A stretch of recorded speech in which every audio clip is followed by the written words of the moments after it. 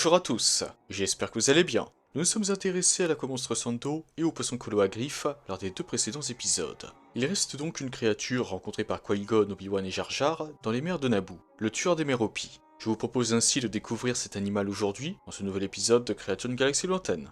Le tueur des Méropi est un crustacé vivant dans les océans de Naboo, une planète de la bordure médiane, ainsi que dans ceux de la planète Strokil Prime, même si le tueur des Méropi de cette planète ne ressemble qu'en partie à son cousin de Naboo.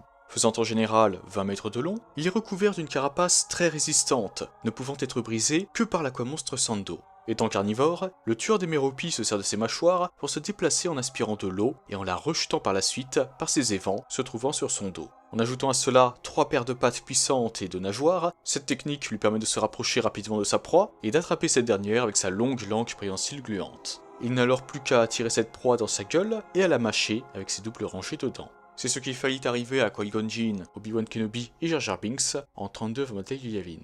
Heureusement pour eux, un Aquamonstre Sando arriva à temps et dévora le tueur des Méropi qui les avait attrapés. Ça, c'est tout ce que nous savons sur le tueur des Méropi dans l'univers canon. Passons maintenant aux informations supplémentaires que nous fournit l'univers légende sur cette créature.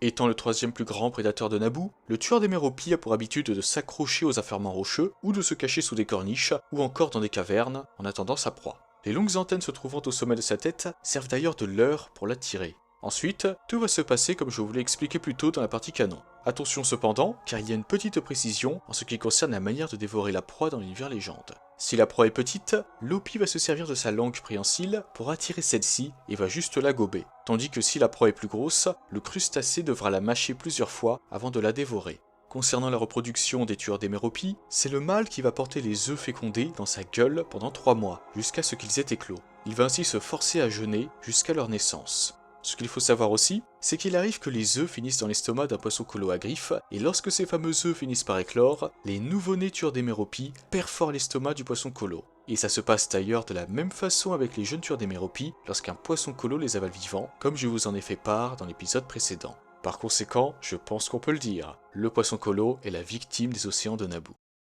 Et voilà les amis, cette vidéo touche à sa fin, j'espère qu'elle vous a plu, et n'hésitez pas à me donner votre avis sur le tueur des Méropi. Que pensez-vous de cette créature, et si vous faisiez partie de l'univers Star Wars, aimeriez-vous la rencontrer? N'hésitez pas à me dire tout ça en commentaire.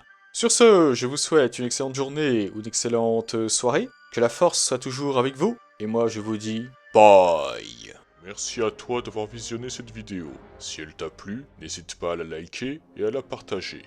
Cela permet de soutenir la chaîne.